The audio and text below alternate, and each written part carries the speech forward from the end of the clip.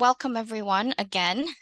So just to give you guys a little bit of introduction, my name is Jolie and I am the Student Recruitment Manager at the College of Legal Practice. I am from the student recruitment team, and together with my colleague Sydney, we oversee the journey of prospective students from their initial interest to signing up to the program with the college. And personally, I also work with different law society at different universities to help with their events, fair, and also careers events as well. So we also have Laura here with us. She is the module leader for our GDL program, and she's also a supervisor on the SQE preparation modules as well. So welcome, Laura. Hi, nice to meet you all. Thank you very much for the introduction. Yep. So just a very brief overview on what we will be covering today. So we will be talking a little bit more about our college, the SQE pathways, and we will talk a little bit more about some of the misconception that people have towards the law conversion courses or the GDL course. And we'll talk a little bit more about our courses. And lastly, there will be tons of opportunity for you to ask questions. So utilize the Q&A box, utilize the chat box as well. So first of all, who are we? For those who don't know, we are a fully online postgraduate law school built for online, and we specialize in SQE training. Our parent company is based in Australia, and they are the College of Law, and we have over 20 years of digital learning expertise. On the screen here, you'll be able to see some important points of our ethos. We are all about accessibility and also affordability. So traditionally, the law is known for being a profession with so many barriers. So we wanted to try our very best to eliminate that by offering courses at an affordable price. And we'd also like to facilitate access through our personal and targeted individual support, where students will get access to high level of one-to-one tutor supervision. And lastly, as you can see, we wanted to ensure that we provide an inclusive and supportive learning environment through our learning and teaching. So reasonable adjustments for those that need it is always available. We wanted to make sure that we give everyone an opportunity to get the most out of their learning.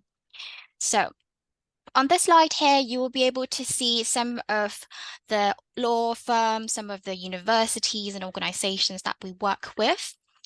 And moving forward, I'm going to pass to Laura, and she will be talking through a little bit more about the SQE route. So over to you, Laura.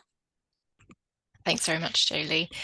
So what we've got here, just on the first slide here, is an overview.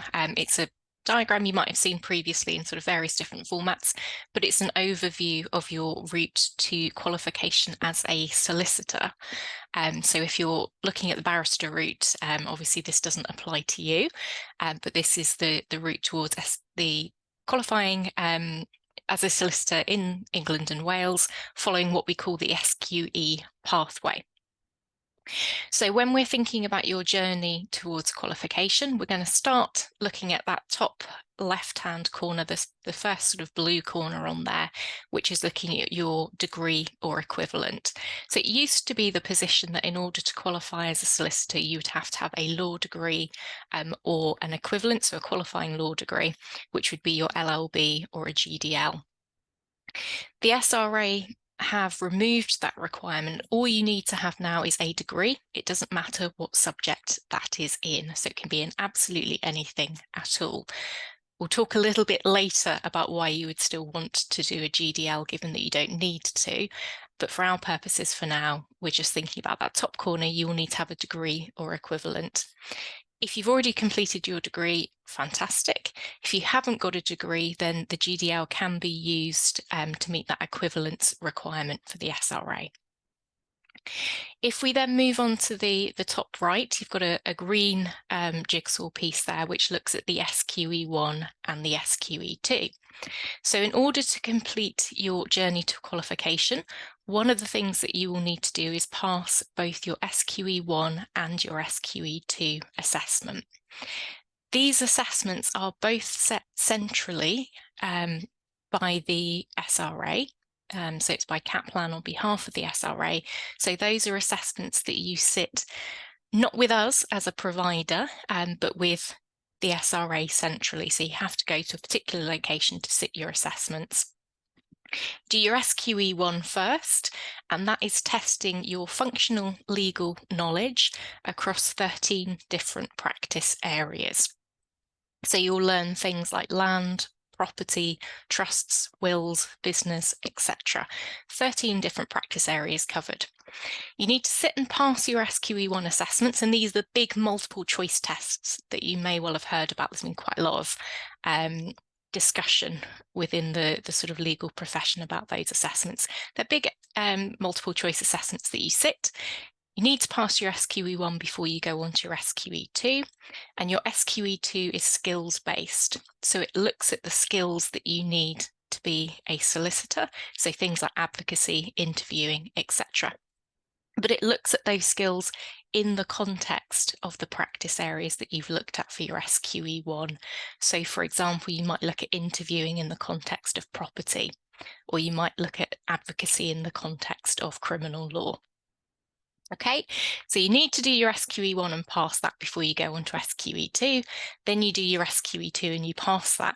And once you've done that, you've completed the assessments that you need to do in order to qualify as a solicitor. What you will also need to do is complete the two bits of the jigsaw that are on the bottom of that little diagram we've got on the screen there. So in the bottom left-hand corner, that purple piece of the jigsaw is your qualifying work experience. So this is something you will have heard previously referred to as a training contract. That terminology is still being used by some firms, but what we're effectively looking at is 2 years full-time equivalent work experience, which could be as a paralegal. It could be as an in-house lawyer somewhere. It could be pro bono work. There's all sorts of different things that you can do for your qualifying work experience. And that can be done either before, during, or after your SQE1. So it's nice and flexible. Okay, but that's your work experience bit. As I say, you may have heard of that previously being referred to as a training contract or a period of recognised training. Some providers will still use that terminology, but it is now qualifying work experience. Final piece of the puzzle is the suitability requirements. When it says meet our suitability requirements, that is talking about the SRA's suitability requirements. So it's things about your character that we're looking at here. So making sure that you haven't got county court judgments against you, those sorts of things. Once you've collected all 4 pieces of that puzzle, you can then apply to be admitted to the role and to be qualified as a solicitor. Doesn't matter which order you gather those bits of the puzzle in. You can do your qualifying work experience first if that's what you want to do, but you will need to make sure that you've got all 4 of those before you can qualify. Okay, that's a very high-level overview in terms of the SQE route qualification. As I say, that is specific to solicitors, so anyone that's an aspiring barrister, your pathway will look slightly different. In terms of your qualifying work experience, we've touched on this already, but it is a period of practical work experience. So it is experience that you gain in the workplace. You will need to develop your competences or competencies as a solicitor. So there are certain things that you will need to be checking off as you go through. What I would suggest if you're thinking about your QWE is to have a look at the SRA website. It does have a section on qualifying work experience, and it does set out what you're looking for and what your supervisor, so the solicitor who's signing you off, will need to be looking for. There's a few key points about the QWE that makes it much more flexible than what we had previously with a training contract. So for starters, you can undertake your qualifying work experience anywhere in the world, as long as you have got somebody who is appropriate to sign you off. You can complete your work experience at up to 4 different organisations. So that's quite a useful change, particularly for anybody who's already got some experience as a paralegal. And there's no minimum or maximum length for those placements. So it might be that you do all of your work experience within one location. It may be that you do your work experience across 4 different locations with different periods of time.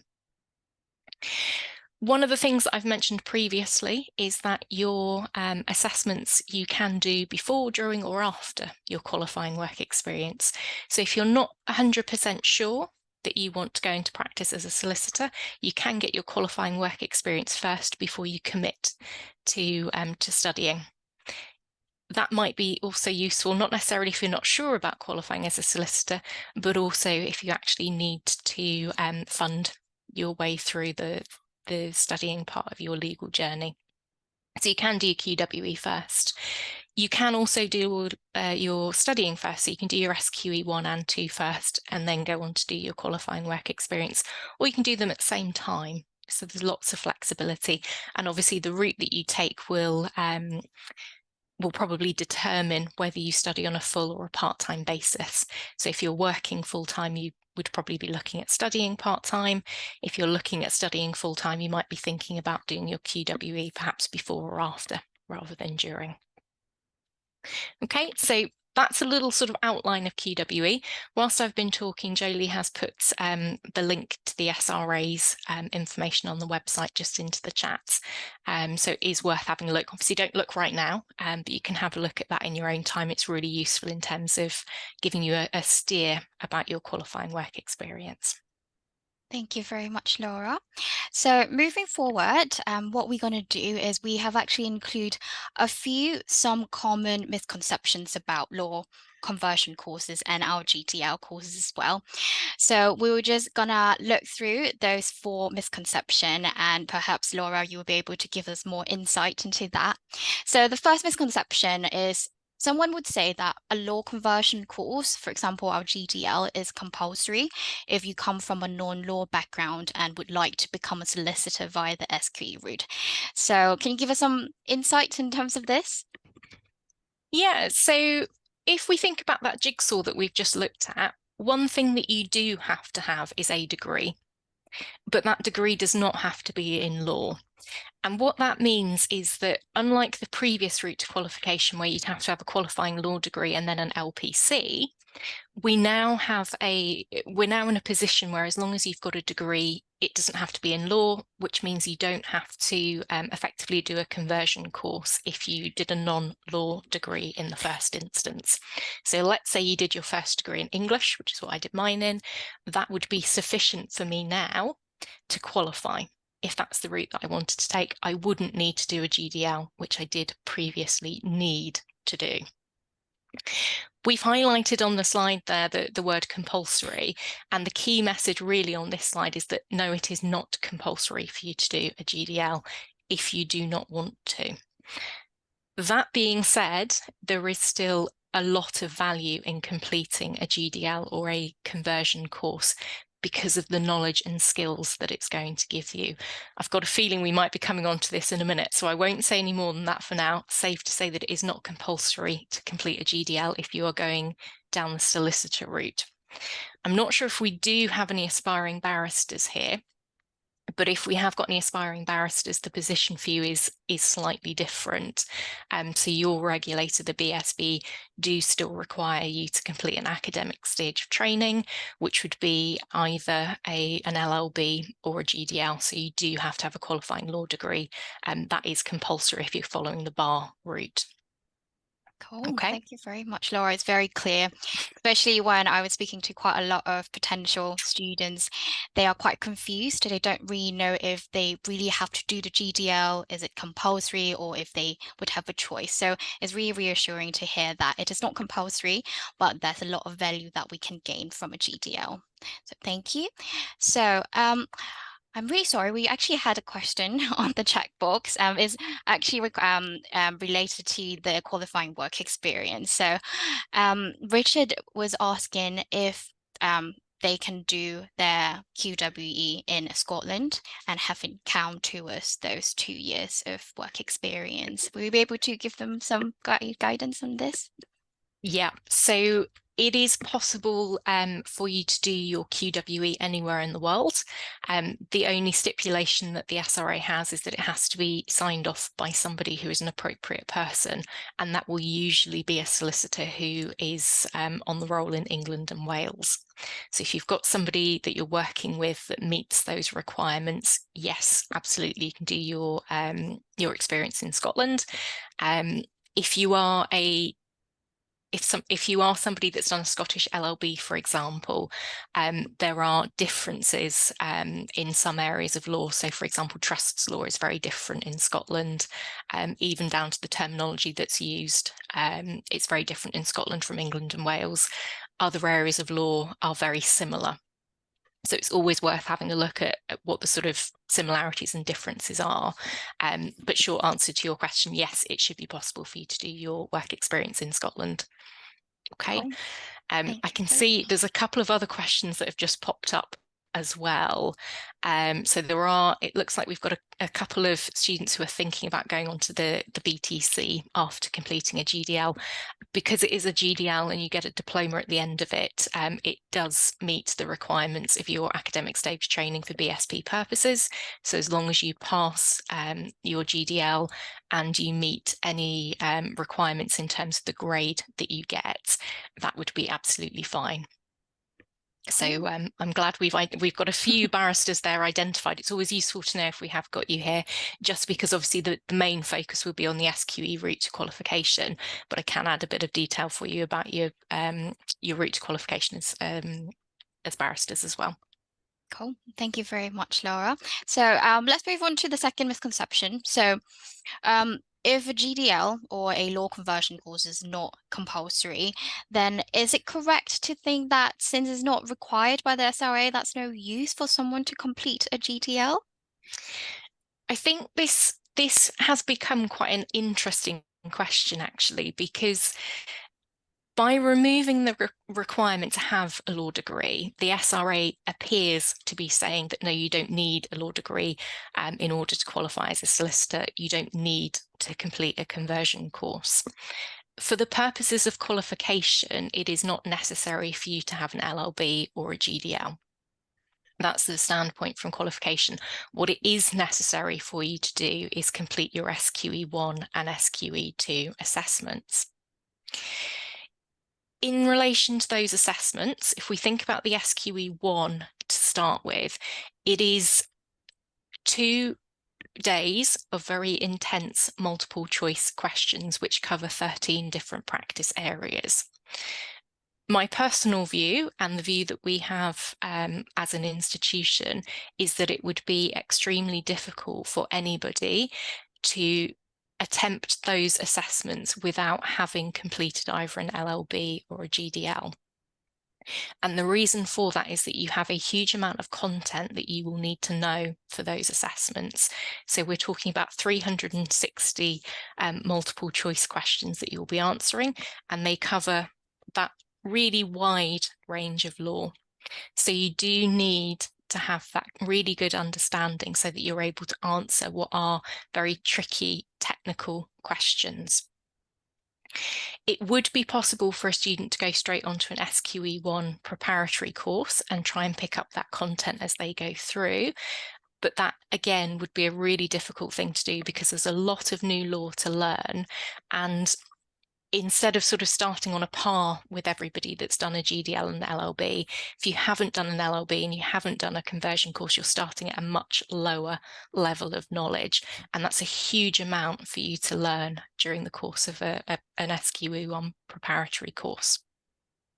So what we would suggest instead is complete a conversion course if you've got a degree in a different subject area. That will give you a really good level of knowledge in relation to your core subjects. So that's contract, crime, tort, land, public and trusts. And that would allow you to start an SQE1 preparatory course on a par with students that have completed an LLB. Okay, so it's not necessary, it is not a requirement for the SRA, but we would say if you want to set yourself up, put yourself in the best possible position for completing your SQE1 and SQE2 assessments, which are required, then completing a conversion course is a really, really good step for you to be taking. Cool. Thank you very much, Laura. I think it really gives a very clear picture for any potential students to, while they're trying to decide if GDL is if it's still relevant and if it's still applicable to them. So thank you very much. And let's move on to the third misconception. So, of course, this is about the GDL program that we provide at the College of Legal Practice. So, compared to other courses in the market, other law conversion course market, we can see that our course, our GDL course, is significantly shorter and also cheaper than other law conversion course.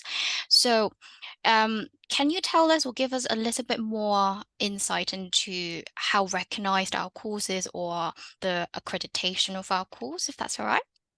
Yeah, absolutely. So I think the starting point here is that we have two different course options. So we've got a full-time course, which is 20 weeks, and we have a part-time course, which is 40 weeks. So those are the two options that we have for the GDL. That is shorter than what you'd generally be looking at with other providers. So if you were to look at a GDL elsewhere, you're usually talking about probably a year, give or take. There's sort of 2 months at the end where you're perhaps not studying for a full-time course and 2 years for a part-time course. So it is shorter. It is also cheaper, and I'll come back to you, Jolie, in just a moment in terms of the fees, because I can see somebody's asked that. I suspect they're on a later slide. It is cheaper than other providers, and I think that can sometimes lead prospective students to think that what they're getting is a lower quality product. And what we would say is actually, you shouldn't be asking us why our course is cheaper, but perhaps think about asking other providers why they're charging so much for theirs. In terms of the content, we are teaching you in relation to each of the subjects that you cover. We are teaching you the material that is required by the SRA. So we have aligned the material that we use on the GDL to the SQE syllabus. Okay, so we are teaching you the same material, the same content, but we do that in a slightly shorter period of time. What that does mean is that we're covering the same breadth of material, so the same content is there, but we may look at things in slightly less detail just because it's a slightly shorter course. So it's the same content, but we might go into some things in a little bit less detail. But as I say, this is a course that has been put together specifically keeping in mind the SQE syllabus that we have. So we have very much aligned it to that. There isn't content in there that isn't necessary when you go onto your SQE. In terms of accreditation, this is where we get into a bit sort of the technical academic bit, so apologies, but the GDL is taught at level 6, so that is equivalent to your final year of university. So it's a level 6 course, which is worth 90 credits. You get a diploma at the end of it, and that has been recognised by both the SRA and the BSB, so both of the regulators that would be relevant depending on whether you're going down the solicitor route or the barrister route, or if you're undecided at the moment. So yes, it is shorter than other options, it is cheaper than other options, but we would say actually what you're going to get is absolutely everything that you need out of the course. One final thing I will say before I hand back over to Jolie.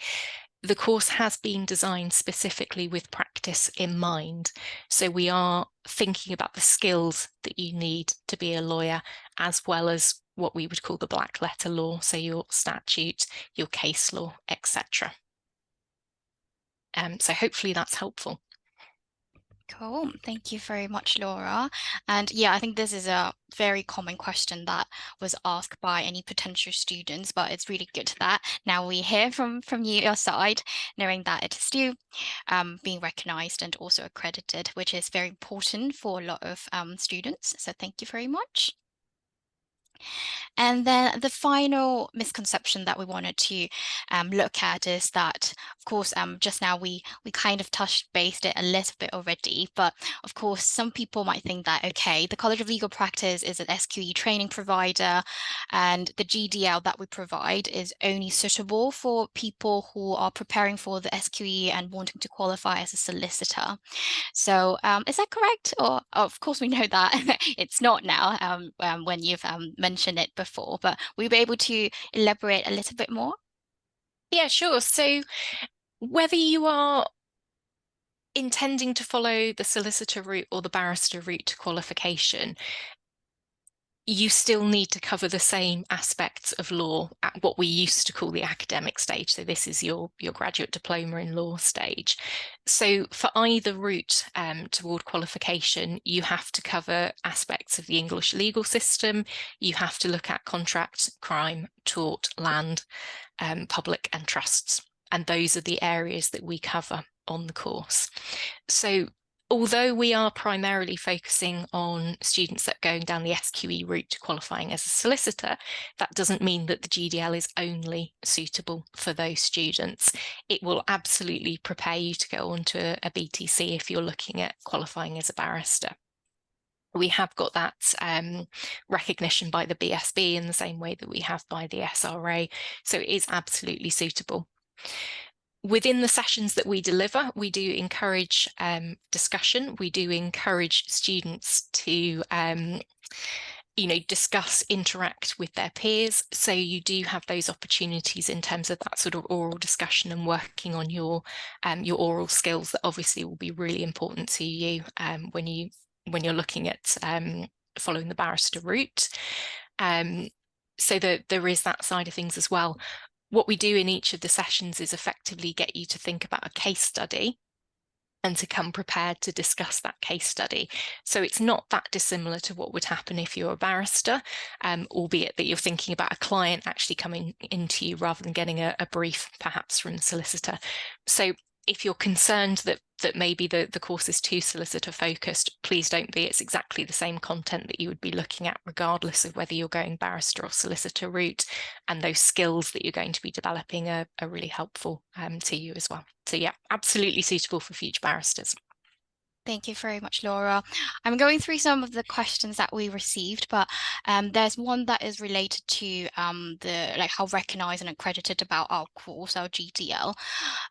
So from the perspective of law firms, or particularly Magic Circle law firms, do they actually recognize the GDL course as a respected course, or do they value it as the same as other GDL courses? Will you be able to give us some more insights on this? Yeah, so I think there's a couple of different things to consider there. So the first thing that I would say, and I don't know if you can go back a few slides just to the one at the beginning where you've Of course. got the various different firms and organisations that we work with. Mhm. So I think one of the first things to say is that actually we are working with a lot of firms already. And these are these are names that you're likely to be aware of: PwC, Brown Jacobson, Reed Smith, etc. So we have got these really good firms that are working with us that are happy with the products that we're delivering. So I think that's a really key thing for you. I think that should give you confidence in terms of the programs that we've put together, the way in which we're teaching students. So I think that's one aspect. The other aspect, particularly if you are looking at going to a Magic Circle firm, is what that particular firm requires. So some firms, Magic Circle or otherwise, will have a specific provider that they use, and there'll be various different reasons for that. But it may be that if you're looking at applying to a particular firm, that they do require you to go to a particular provider. And that's something that's sort of not negotiable. That's just the way that it sort of works with some firms. That's because there's a relationship between that firm and that provider. It isn't necessarily suggesting that the reverse is always the reverse is also true. So if you go to a particular provider, you will get a position at a Magic Circle firm, for example. It's just that if you already have that lined up, they will require you to go somewhere. I'm not sure if I've explained that very well, but hopefully that makes sense. Great. Thank you very much, Laura. Yeah, I think this is like a very common conversation that I always have with potential students as well. But it's always good to check with the respective like law firm to make sure that you understand their entry requirements. So thank you very much, Laura. So moving forward, I'll pass it to you, Laura, to talk a little bit more about the content and what's included in our GDL course. So over to you. Thank you. Absolutely. So in terms of the GDL, we have two course options. So mentioned previously, we've got a 20-week course, which is our full-time course, and we've got a 40-week option, which is our part-time course. Within each of those, the content is exactly the same. It's just that the time over which you study is different. So content is exactly the same, course fee is exactly the same. It's 90 credits at level 6, so that's your final year university level. That is exactly the same regardless. Within the programme itself, we look at 7 different modules, and all students will start with an introduction to law for reasons that are hopefully quite obvious there, that we are looking to introduce you to the law. So we appreciate that when students come to us on a conversion course, so on a GDL, that you may have absolutely no knowledge at all of the English legal system. So some students will come from completely different background areas. So you might have done forensic science as an undergraduate. You might have absolutely no knowledge of the law at all. You might be somebody that's done a law degree in a different jurisdiction. So you might have some idea of how the law works, but not necessarily in England and Wales. Or you might even be somebody that has done an LLB in the past and now is thinking about qualifying and wants to refresh your knowledge. So we have all sorts of different students. We have some that have been in practice, so they're paralegaling and they now want to do their GDL.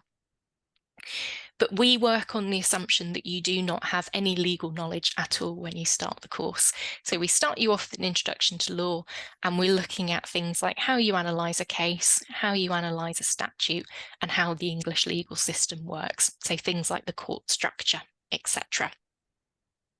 Everybody starts off with that so that we all start off from square one together, and we build up that knowledge as we go through.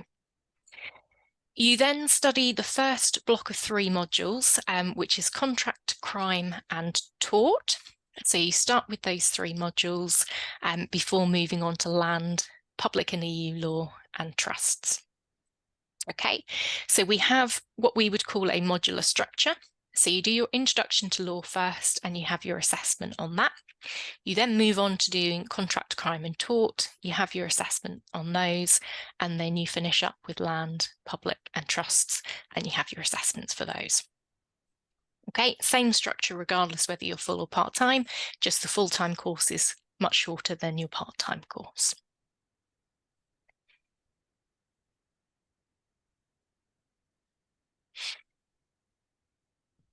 Don't know if your slides are moving on there.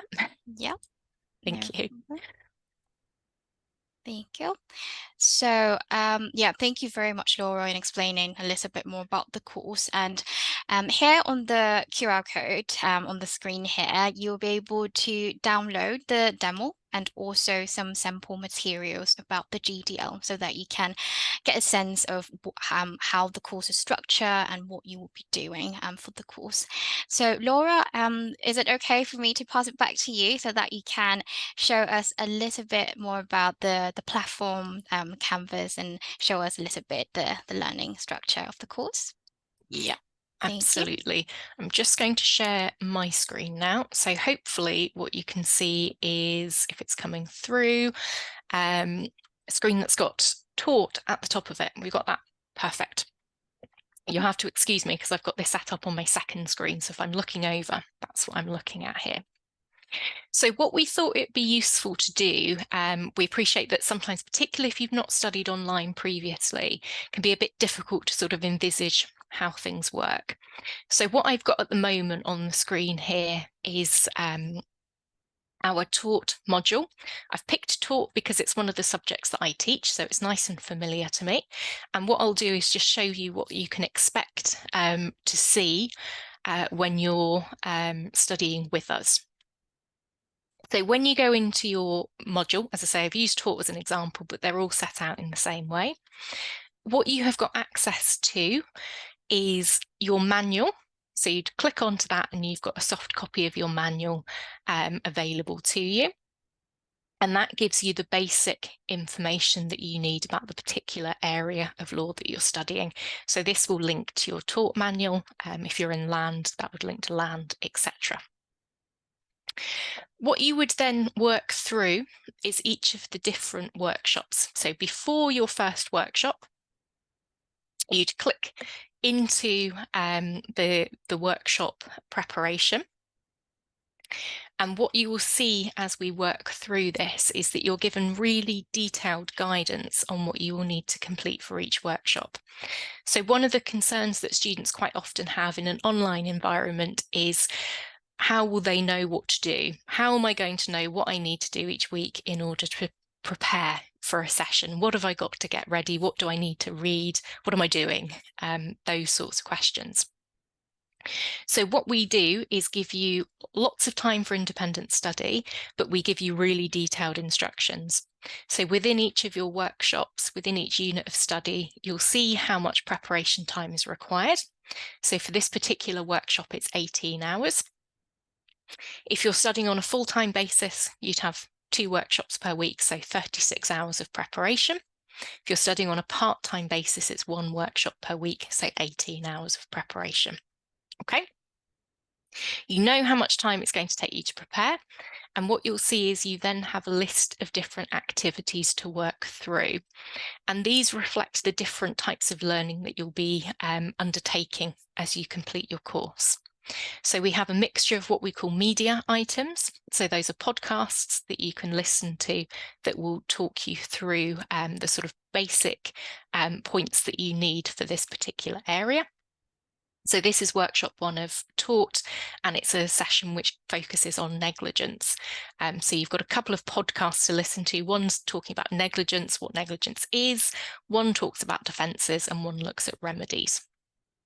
If you're somebody that doesn't listen, doesn't sort of take information in whilst listening, we've also got the transcripts. They're quite helpful actually to print out, and you can highlight them for making notes as well. So you've got podcasts to listen to. You would then read through the case study for this particular workshop session. So that's going to tell you what your fictional client is coming into you about. What problem have they got? What's happened? What do they need advice about? You'll then be instructed to complete various different sections of the template before going on to doing some more reading. So you've got your reading from the manual, and we tell you exactly which bits that you need to look at, and also some reading from what we would call primary resources. So you've got some reading to do from the Law Reform Contributory Negligence Act, so that's a piece of statute, and also some guidelines on assessing damages. So that tells you how much you can get for a broken arm or a broken leg or whatever it might be. So you'll have a mix of primary sources, so case law and statute, and secondary sources, so things like the manual and articles from practical law, for example. You'll then be talked through completing further sections of the template that we give you for providing advice to your client, and that is all based on that reading that you've just done. So what we're effectively doing is taking you from having no knowledge at all. So we start off over here, we build up your knowledge, we introduce a client, so client's coming into the particular problem, and then we say, right, we want you to take that knowledge about negligence, that stuff that you've just learned about negligence, and use it to help and advise that client. So we're thinking about learning the law, but also applying it to the facts. So if you're thinking about working as a solicitor, it's exactly the same thing that you do in practice. Somebody comes into you with a problem. That's effectively the case study that we use, and you're going to take your legal knowledge to advise them. Very similar if you're a barrister, someone's going to come to you with a particular problem. It's likely it would be a solicitor coming to you with a problem rather than a client direct, and you're going to take your legal knowledge and use that to advise, or probably in your instance, advocate for them in court. Okay, but it's exactly the same process. We're thinking about what facts we've got, how the law interacts with those facts. What does that mean for the particular client? We then have a slightly more academic aspect to each session. So here we're looking at a wider issue within the law, and that will involve looking at some more primary sources, so case law, sometimes some statute, but also looking at secondary sources, so things like academic commentary. And this is to make sure that you've got a good understanding of how the law operates. So we sometimes think about law operating in a bit of a vacuum, and we think about judges sitting in courts making decisions, and we perhaps get the idea that they're just thinking about the law, but actually there's lots of other things that impact their decision.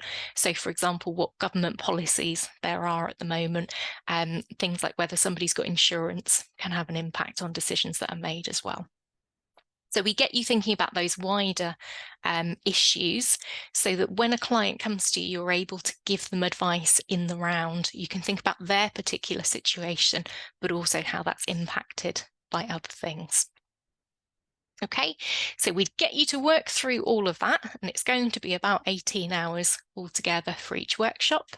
And once that's all done, you would attend your workshop fully prepared, hopefully, and ready to have a good discussion with your supervisor and also with your peers about that, the law that you've read, so whether you've understood the law in itself, and then also how that impacts your client, how you're going to advise your client based on what the law says. Okay, so that's a bit of a whistle stop in terms of what you'd be doing for each session, but I would very much recommend having a look at the demo in your own time and actually sort of clicking through some of those resources and seeing how it all sort of comes together, because learning online can feel quite different from learning in a face-to-face environment. It's fantastic in terms of the flexibility, but it is worth making sure that it is something that's going to work for you. Okay, I will, if that's okay with you, I will stop sharing my screen now and we can pop back to the slides. No problem at all. Thank you very much, Laura. While I start sharing my screen, we actually have some questions while you were sharing the demo with us. So we have a question in regards to the assessment of our course of the GDL. Can you guys explain a little bit more about the type of coursework that we'll be doing? One of the questions that we have is why is the assessment mostly coursework and not short or single best answered questions? Will you be able to give us more insight on this? Yep. So when we're thinking about the assessments, we have the same format of assessment for all modules except the Introduction to Law. So the Introduction to Law at the start of your course is based on some multiple choice questions. So you do have a multiple choice element to that particular assessment. And then there are what we call short answer questions. So they're answers where you'll be writing sort of 2 or 3 lines, a short paragraph, rather than a sort of longer answer. That's the format that we have for the Introduction to Law, and that works well for the content that we're assessing within that module. When we come on to the core modules, so contract, crime, tort, land, public and trusts, we have the same format for each of these assessments, and that is based on your analysis of a case study, and that's worth 75% of your overall mark, and then your analysis of a wider legal issue, and that's worth the other 25%. So those assessments are in a very similar format to what we go through each workshop. So you get plenty of practice as you go through. The reason that we have that format of assessment is that we get a nice mix of assessing your law, your legal knowledge, and your ability to advise a client, so your ability to analyse a scenario and advise a client, and then also thinking about how that operates in a wider legal context. So we have a good practical element to it and also an academic element. That also reflects the way in which you're likely to be applying this law when you go into practice. So when you go into practice, somebody comes into you with a problem and you won't necessarily know what that problem is in advance. Unfortunately, clients don't come in with a label. They don't come in telling you that they've got a clinical negligence query, or they've got a concern about nuisance, they appear and they expect you to work out what the problem is and to advise them. So that's why we've got that format. As to why we've got coursework rather than exam, when you go into practice, things are not assessed in an examination style. Somebody does not come into you and expect an examination style answer. You do have access to resources like your books. You have precedent documents, for example, from practical law. You have got access to case law and statute. If you've got an exam that's under timed conditions, it's quite difficult to make use of the resources that you would use if you were in practice. Whereas if you have a coursework style of assessment, it is much more reflective of being in an office environment. So actually, it's a better style of assessment for what we're aiming to prepare you towards. Okay, so all of your assessments are coursework style. The only exception to that is that multiple choice assessment on the introduction to law. That one it's a coursework in a sense. You have a period of time in which to complete it, but as soon as you click start, your timer effectively begins. So it is sort of an exam in that sense. Cool. Thank you very much, Laura. We also have another question relating to the workshop that we have. So one of the questions is how many students tend to be in each of the workshop? Will you be able to give us some insights? That's a good question. It very much depends on how many students there are within a cohort. So if we've got a small cohort, it will be a small number. If we've got a bigger cohort, it could be up to 20 students.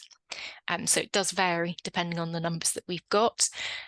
We obviously are online, so we don't have constraints that you would in terms of a physical classroom, but we are also very experienced in terms of delivering sessions both face-to-face and online. So we do appreciate that there is a limit to how many students you can put into an online classroom. There are limits in terms of the teaching and learning rather than limits in terms of the sort of numbers that you can fit into an online environment.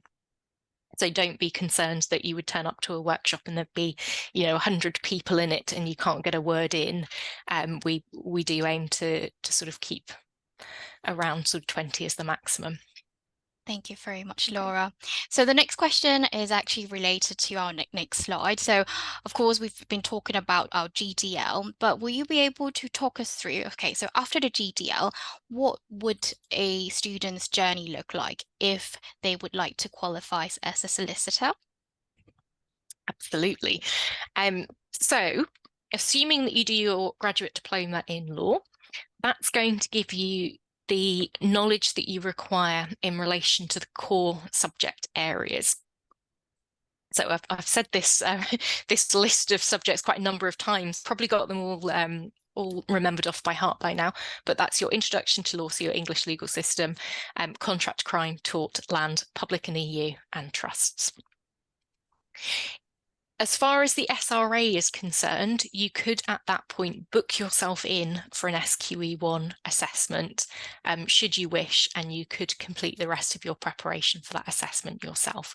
That is an option. It's an option if you're a non-law graduate to do that at this point, if that's what you want to do.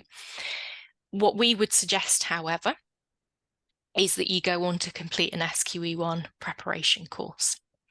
The reason for that is that we study 7 modules when you look at the graduate diploma in law, and you have 13 practice areas.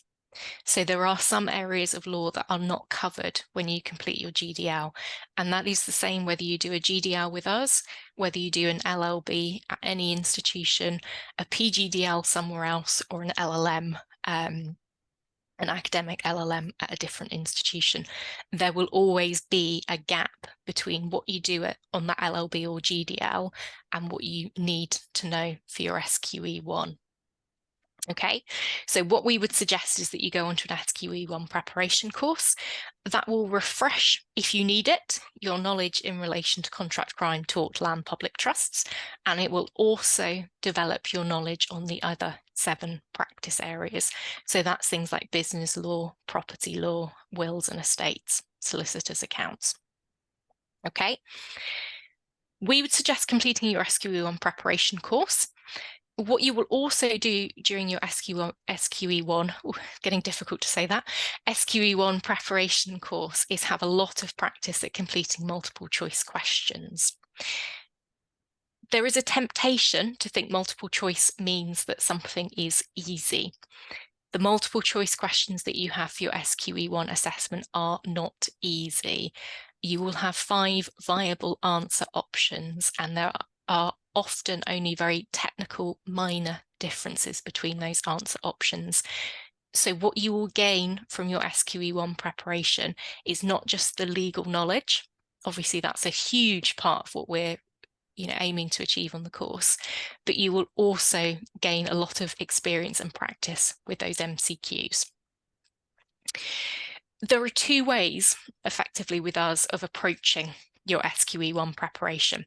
So you can complete a standalone course, which we refer to as the SLK, or you can complete it as part of an LLM in legal practice. There are pros and cons to both of those options, and it becomes very much a consideration for you as to whether you want to complete a full LLM, whether you want to complete some transactional modules in things like family law, for example, and also complete a dissertation, so the capstone project, or whether actually you just want to do the bits that you need to complete your SQE. That is obviously a choice for you. I think we'll come back to that in a moment as to the sort of differences and the reasons that you might do that. Regardless of which option you take, you do your SQE1 preparation, you would sit your SQE1 assessment and fingers crossed pass first time, and you will then go on to do your SQE2 preparation, which takes that legal knowledge that you've got from your SQE1 and allows you to build your skills based on that knowledge. So as I said before, it's things like interviewing in the context of property law, things like advocacy in the context of criminal law. Okay, so you do your GDL, you do your SQE1 preparation and SQE2 preparation, or you do a GDL and then go on to do an LLM if you would prefer to take the master's route. Cool. Thank you very much, Laura. We actually have a question in regards to the GDL and if it's possible to get an exemption if they have completed some modules from another institution or universities. Do you know anything about it, or should we, or like anything that you can provide here? My understanding is that we don't have exemptions for prior learning on the GDL, but if you have, what you are likely to find, it depends on what you've done at a previous institution, whether it's an LLB in a different jurisdiction, for example. What you will tend to find is there might be some areas of strength because you've got similar law. So, for example, I've had students from Ukraine who have been very strong on things like tort, because it's quite sort of similar principles, but land has been completely new to them because it's a completely different system that we have in this country. I mentioned before with Scottish law graduates, trust is completely different. Other areas are almost exactly the same. So if you have got some prior learning, that will help you as you work through your GDL. So you can sort of see it as a bit of a benefit. It might be that you find some subject areas a little bit easier, but as far as I'm aware, we don't have any exemptions for prior learning. Cool. Thank you very much, Laura. So I'm just gonna give you a little bit of rest. So Thank you. moving forward, I'm going to just summarize what we have talked about and really give you guys an overview of the college's approach in supporting your journey. So first of all, of course, that's what we've been mentioning from the beginning, is about the flexible learning. And we wanted to highlight that we offer both part-time and also full-time options. And you can, and we will also be providing you a weekly timetable so that you can arrange your study that fits around your schedule. And that weekly timetable will also give you a very clear picture of what your week will look like. And as mentioned by Laura, there will be group session, the workshops, and also there will be town hall meetings with our supervisor. And there will also be personal supervision opportunity to support you and to ensure that you progress successfully throughout the course. And Also, I would like to highlight our the kind of unique focus of our law conversion course, of our GDL, as mentioned by Laura, the kind of 6 foundation in laws that we will be focusing on. And we really think that this will be really useful for any student who take our GDL and would like to, for example, go for the SQE route or the bar preparation. And we receive very positive feedback from students so far about our approach in helping them in their legal journey. So to give you some statistic and some number, so from the GFL program that we finished in 2023, the college actually has 100% student satisfaction rate with the program overall of a recommendation score of 9.5 out of 10. So it's really, really rewarding for the college to see that our students are really happy with the way that we teach and the way that we support their journey in their legal career. So this will be something that I wanted to talk about. And also moving forward, of course, some of you here today, you might be at a very early stage of deciding whether the solicitor profession is right for you.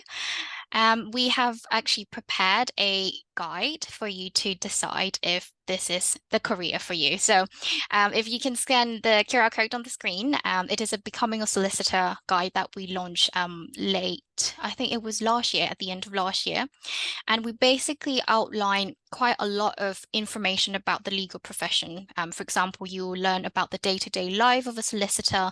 You will also learn about the different types of solicitor and to whether to see how to decide whether this is a profession for you. So definitely worth reading through this guide. And also wanted to give you a very brief overview of the course that we offer. So of course, GDL is our focus today, but after that, we also have the SQE prep courses, as mentioned by Laura, and also the LLM, which include both the SQE1 and SQE2 preparation. So moving on, I'm going to pass it back to Laura for the final time, and she will be giving us some insights as how to actually select the right GDL course for you. Thanks very Thank you. much. So we've mentioned previously, we've got 2 different course options for your GDL. So we'll start off with the full-time option, so the 20-week course. What we would say for this is it's really aimed at students who are able to commit to full-time study. So you might be working, but probably only on a part-time basis. The reason that we would say that is because your study time per week is likely to be around sort of 30 to 35 hours. And actually, it's probably at the sort of top end of that for most of the weeks in which you have workshops. So each of the workshops, as I showed you before with the demo for taught, you've got 18 hours of preparation. So if you've got 2 workshops per week, that's 36 hours of preparation. The reason that average weekly study time is a little bit lower is because obviously you have things like assessment weeks built in and your contact time is obviously minimal in those. So we are looking at around sort of 30 to 35 hours on average per week. If you are working full time, it is really difficult to fit in an extra 35 hours per week. Even if you work 7 days a week, you're looking at 5 hours per day in order to get that studying completed. And there is a lot of reading to do. There is a lot of preparation to do. So there aren't really any places that you can reduce that workload. Okay, so we would say this is really just for those who are able to commit to studying on a full-time basis. In terms of the contact that you have, you would have 2 workshops each week once you're studying your core modules. So that's 2 2-hour workshops each week. They tend to be Mondays and Wednesdays, but obviously that may change. That's what we have tended to do. And they're usually in the morning, so they're usually 10 till 12. But that is obviously subject to change. That's what we've tended to do to this point. But I can't guarantee that's what they would be for future iterations. That's when you're studying your core modules, but in the first 2 weeks of your course, you have 4 workshops each week. So there's 4 2-hour workshops each week, and that will be across the week. So it could be Monday, Tuesday, Wednesday, Friday. It could be Monday, Tuesday, Wednesday, Thursday. That varies for that first 2 weeks. In addition to those workshops, so your 2 2-hour sessions per week, you also have town hall meetings. Those are at strategic points during the course, so they're not at regular intervals, but they are at points where we think there are things that we need to communicate to you as a group on the whole. And when I say we think, that's based on having delivered this programme previously and having lots of experience in terms of delivering similar programmes. Town hall meetings vary, so some of them are an hour long if there's a lot of content for us to get through. Some are 30 minutes, and they all happen on Zoom. So everything is online. So we use Zoom for workshops, we use Zoom for town hall meetings, and also for the personal supervision meetings as well. So personal supervision meetings, first one we hold as a group session so that everybody is able to get to know each other. That's always really helpful if you've got a nice sort of environment in which to work. It's useful if you know each other a little bit better. It helps in terms of gelling as a group. You then have 4 individual one-to-one meetings with your personal supervisor so that you can talk about things like any concerns you've got around assessments that are coming up, any adjustments that you need for your learning or for assessments, your results once those have been released, etc. So they are thinking about you more holistically. So we're thinking about your preparation, your engagement and your performance, as well as those pastoral elements. So that's what the full-time programme looks like. So that's your 20-week course. It is quite full on, it's quite intense. There's lots and lots of reading to do, lots of learning to do over those 20 weeks, but students do really enjoy it, so don't be put off by that. In terms of the part-time course, on the right-hand side of the screen, this is your 40-week option, and we would tend to suggest this is better for those who have a higher level of commitment. So, for example, if you are working full or nearly full time, if you've got maybe care responsibilities that are quite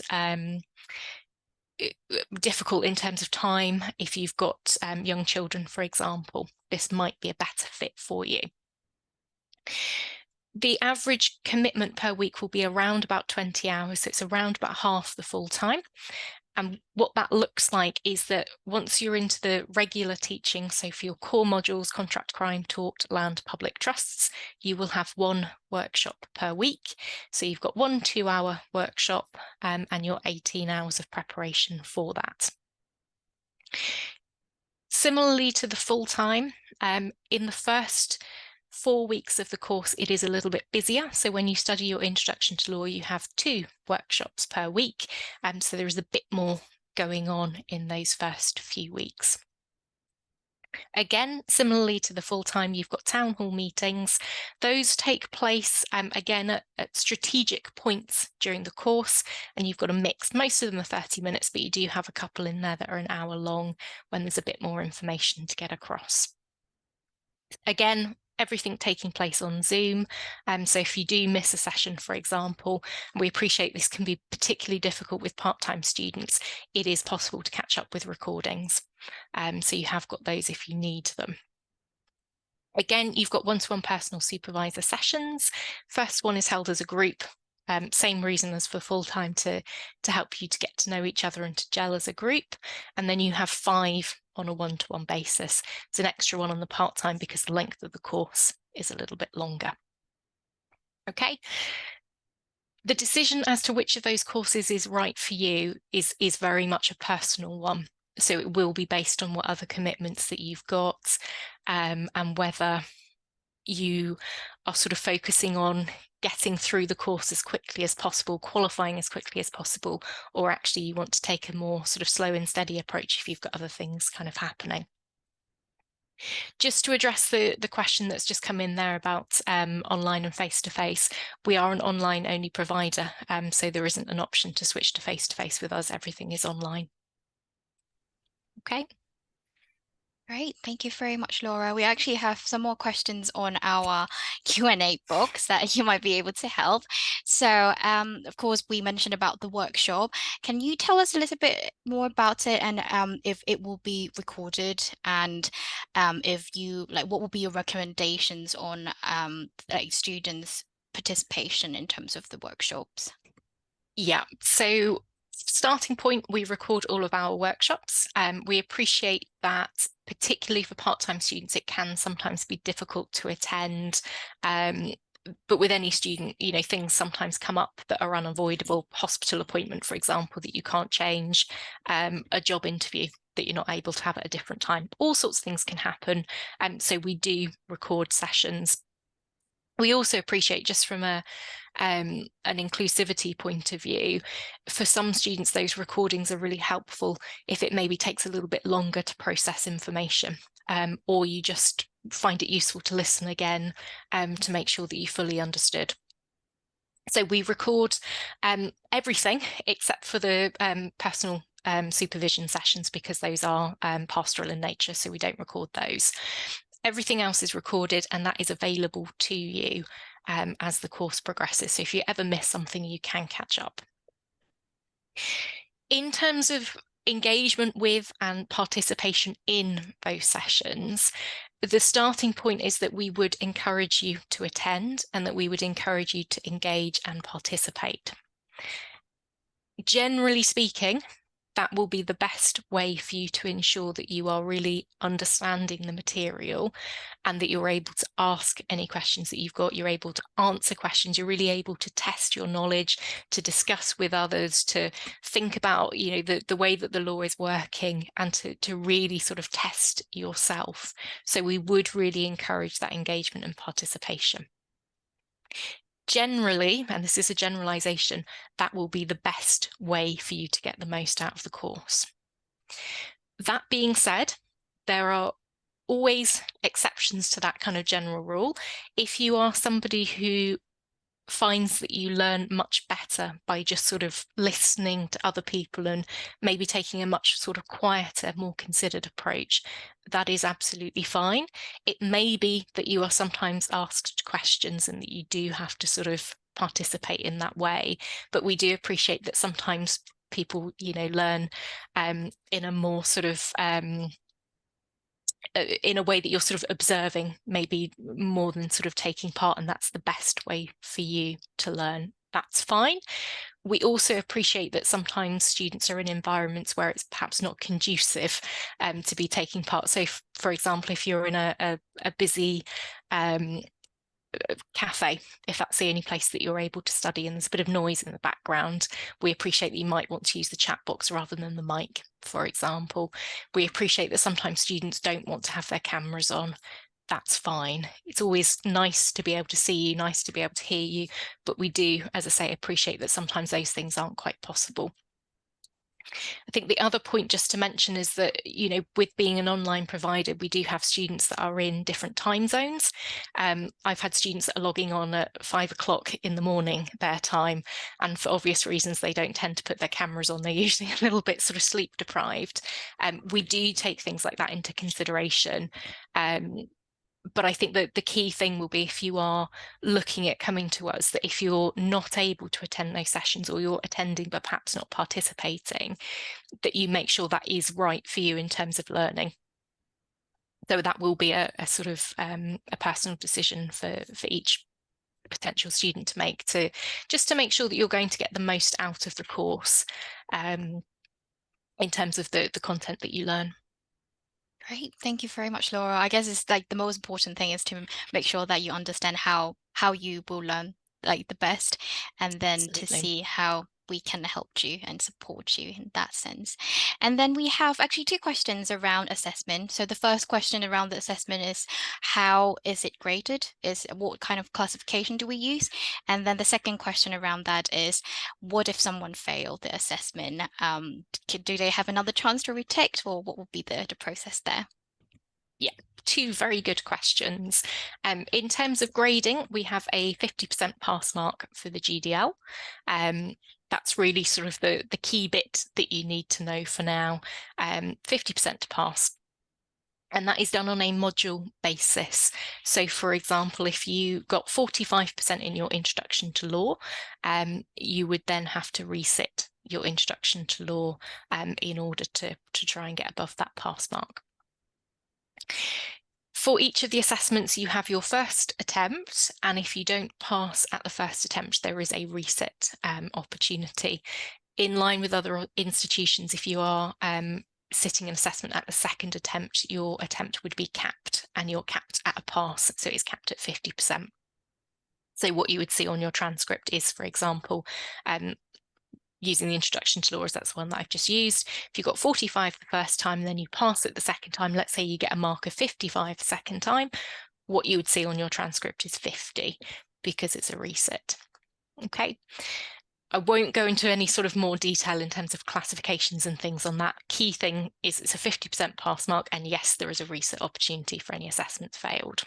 Cool. Thank you very much, Laura. That's very clear in terms of the answer. So lastly, I just wanted to quickly show everyone the next start date of our GDL program. As you can see on the screen, we have the full-time and also part-time options, and you will be able to see the start date and the end date of the course, and also the application deadline, and what that GDL program will lead to the next SQE preparation if you would like to do the SQE preparation with us after the GDL. All the information is on our website, so if you would like to learn more about it, feel free to go to our website, or if you would like to talk to us more about your situation or receive some guidance in terms of your journey, you can also book a one-to-one chat with our team, and also you can send us an email or give us a call during work hours, and we'll be able to talk to you and discuss further in terms of your personal situation. But I hope we answer most of the questions that we have today. Really good questions today, and I'm really glad to see that we have really good engagement in this webinar. So thank you very much for everyone's questions and your engagement, and also very importantly, thank you very much, Laura, to join us today to answer all the questions and let us learn more about the GDL. So we hope that we can see you all again in our next webinar. We host regular webinars very often. So if you go to our events on our website, you'll be able to find more information about our future events. But yeah, thank you very much for joining us today, everyone, and we will see you later. Have a good evening. See you. Thanks very much, everyone. Bye-bye. Bye.